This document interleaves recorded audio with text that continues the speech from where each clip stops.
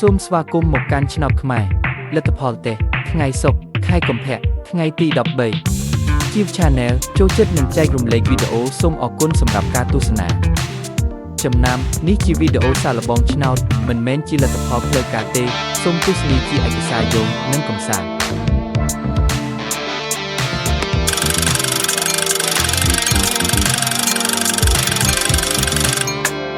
រង្វាន់ទី1 5 3 3 3 6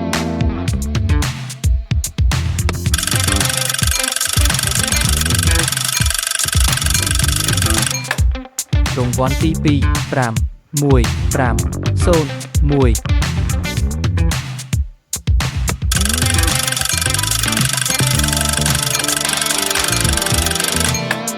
រង្វាន់ទី3 9 9 2 8 9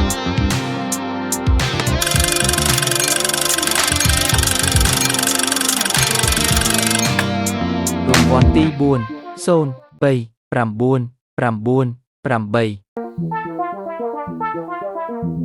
8